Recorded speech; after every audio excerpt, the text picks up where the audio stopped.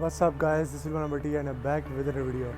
Guys, आपको पता है कि मैंने काफ़ी वीडियोस बनाई अपनी लाइफ इन जर्मनी के बारे में। लैंग्वेज टेस्ट मैंने दिया, उसकी मैंने वीडियो बना के आपको बताया कि I am preparing for my language test, क्योंकि जो पीआर अप्लाई करने के लिए आपको A1 German language certificate required होता है। टेस्ट दिया, उसका रिज़ल्ट आया, रिज़ल्ट के बाद आपके साथ शेयर किया मैंने। उसके बाद मैंने कुछ वीडियोज़ बनाई जिसमें मैंने अपना जॉब सर्च और जॉब हंट के बारे में बताया। तो इस तरह की मैं वीडियोस बनाते रहता हूँ जर्मनी के रिलेटेड, इमिग्रेशन, सेटलमेंट और जॉब हंट इस रिलेटेड। तो अगर आप नए हैं इस चैनल पे तो कंसिडर सब्सक्राइबिंग। आज जो टॉपिक मैं लेकर आया हूँ आप लोगों के लिए वो है जी, जब आप पीआर अप्लाई करते हैं या अपनी सिटीजनशिप अप्लाई करते हैं तो आपको चाहिए होता है आइनबर्गुन टेस्ट, यानी कि सिटीजनशिप टेस्ट। पहले मैं बर्लिन में रहता हूँ तो बर्लिन में ये रिक्वायर्ड नहीं था, लेकिन आजकल ये बर्लिन में भी मांगा जा रहा है, क्योंकि जो इमिग्रेशन थोड़ी सी टफ़ की है इन्होंने, जो नई हुकूमत आई है, तो उस वजह से कुछ रिक्वायरमेंट्स एक्स्ट्रा ऐड किए हैं उन्होंने। बर्लिन के लिए थोड़ा सा जनरस था पहले, लेकिन अभी उन्होंने बर्लिन के लिए भी थोड़ा सा टफ़ किया है, but still it's not tough.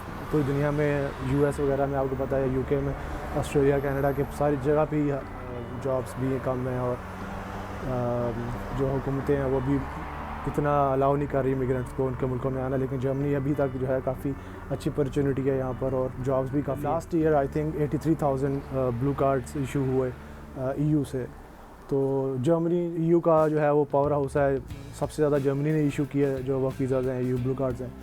तो आप भी जो है इन वीडियो से कुछ फ़ायदा उठा सकते हैं। अगर आप यहाँ आना चाहते हैं या आ गए हैं तो आप अपने जो है, हमारा गोल PR होता है, सिटीजनशिप हम चाहते हैं कि यहाँ पर हमें मिले, क्योंकि हमारा पासपोर्ट वीक है इस वजह से।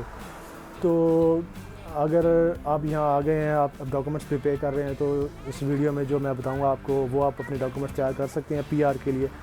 और अगर आप PR अप्लाई करेंगे तो आपको मोस्ट प्रॉब्ली आपकी PR अप्रूव हो जाएगी, ठीक है।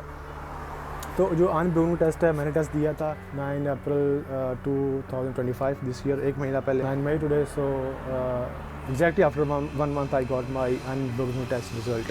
आई कैन शो यू। सो ये है, इसका मैं आपको खोल के भी दिखाऊंगा। जैसे कि मैंने अपनी पहली वीडियोस में भी आपको जो भी डॉक्यूमेंट्स मुझे आते हैं मैं आपको सामने खोल के दिखाता हूँ कि किस तरह जो स्टेप्स चलते हैं यहाँ पर, और आपको भी उससे भी फ़ायदा हो सकता है, ठीक है। तो मैं अपनी जर्नी भी रिकॉर्ड करता रहता हूँ, ताकि कल को मुझे भी पता हो कि 5 साल बाद, 10 साल बाद जब मैं अपनी वीडियोज़ खुद देखूँ तो आई नो कि I have done something at least. मैं आपको खोल के दिखाता हूँ, फिर मैं आपको बताता हूँ। कोई है नहीं मेरे पास जो कोई वीडियोज़ वगैरह आपको पकड़े कैमरे को। स्टैंड मैंने लेना है, tripod. I don't have enough subscribers, I don't want to invest before getting 10,000 subscriber also.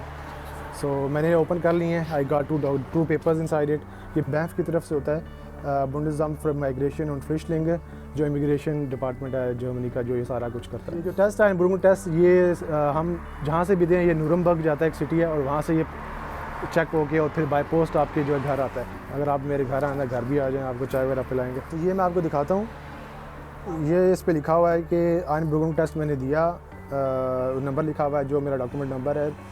10 अप्रैल को ये उधर रजिस्टर्ड हुआ, दे दिया, और उनके सिस्टम में रजिस्टर्ड हो गया। आपको एक पेपर देते हैं, बुकलेट से होती है, उसमें MCQs होते हैं। मैं इस वीडियो की मैं नीचे डिस्क्रिप्शन में उसका लिंक भी दे दूँगा, आप वहाँ से जाके तैयारी भी कर सकते हैं। इस पर लिखा हुआ है कि आपने टेस्ट दिया 10 अप्रैल को, जो कि मैं 9 को दिया था, शायद इनके सिस्टम में 10 को आया, ठीक है, कि आप इसको रिसीव कर सकते हैं और चेक कर सकते हैं। इस जो सेकंड पेपर है वो है आइनबर्गुन टेस्ट का result. I can show you या कि आइनबर्गुन टेस्ट है। ये मैं ज़्यादा नीचे नहीं दिखा रहा, आई थिंक वो नीचे कोई बार कोड वगैरह होता है, नंबर होता है टेस्ट का, सिक्योरिटी इश्यूज़ की वजह से।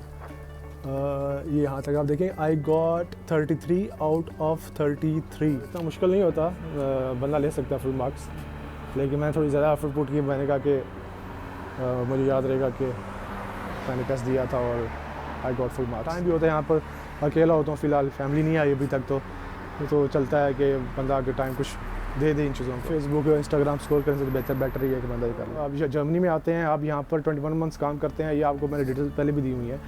तो फिर आप A1 आपको सर्टिफिकेट चाहिए होता है अगर आपकी ब्लू कार्ड वाली जॉब है। अगर आपकी नॉर्मल वर्क परमिट है, फिर 3 साल चाहिए होते हैं B1 के साथ। मैंने A1 के साथ दिया, 27 मार्च को अपॉइंटमेंट मिली। उन्होंने मुझे कहा कि टेस्ट देकर आप आएँ और उसका रिजल्ट लेकर आएँ, तो उन्होंने फिर मुझे दोबारा appointment the. End of this month मेरी अपॉइंटमेंट है, तो उसके लिए मुझे सर्टिफिकेट रिक्वायर्ड है। 6 मंथ्स की सैलरी स्लिप चाहिए होती है, 3 मंथ्स का रेंटल कॉन्ट्रैक्ट चाहिए होता है, मतलब कि आपने जो रेंटल पेमेंट्स दी हैं उसका आपको बैंक स्टेटमेंट चाहिए होती है, आपने घर की जो पेमेंट्स की हैं, ताकि आप कर्जा तो नहीं है आपके ऊपर, ठीक है। क्योंकि जहाँ पर लोग आफ्टर गेटिंग PR लोग इनसे फ़ंड्स मांगते हैं कि हमारे पास पैसे नहीं है, हमें पैसे दो, तो वो ये लोग नहीं चाहते, अपनी सिक्योरिटी के लिए चाहते हैं कि ऐसे बंदे को हम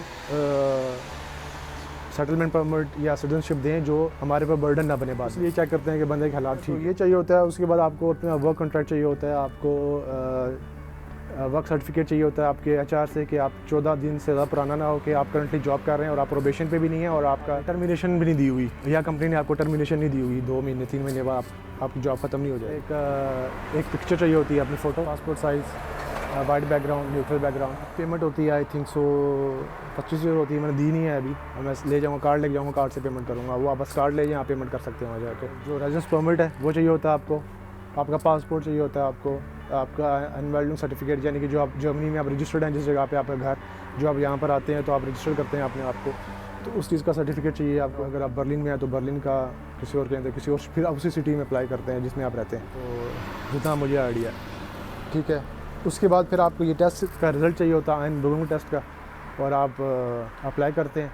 आपकी हेल्थ इंश्योरेंस चाहिए होती है आपको, और हेल्थ इंश्योरेंस सर्टिफिकेट चाहिए होता है, वो आपको ऐप से मिल जाता है जहाँ जो से आपकी इंश्योरेंस होती है।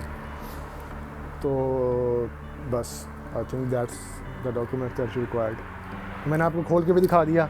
ये इस तरह के आता है, ये डिपार्टमेंट है, पिन डिपार्टमेंट, इसकी तरफ से सारी ये इमिग्रेशन और जो सिक्योरिटी वाइज और उससे ज़्यादा क्रिटिकल होते हैं वो इसके थ्रू आते हैं। फिर पुरानी वीडियोस में भी देख सकते हैं, जो मेरा ब्लू कार्ड आया था तो वो इस पिन के थ्रू आया था। So that's all for today. Video बहुत लंबी हो रही है। अगर आपको ये अच्छी लगी video, do share it, like it. और ऐसे ही अगर आपके पास कोई आइडियाज़ हैं, आप शेयर करना चाहते हैं कमेंट्स में, कुछ पूछना चाहते हैं, आप पूछ सकते हैं। I will try to reply. कोई ऐसा कमेंट नहीं है जिसका मैंने रिप्लाई ना किया हो इन माई चैनल। तो that's all. Suleman Bhatti signing off. Take care, over and out, bye.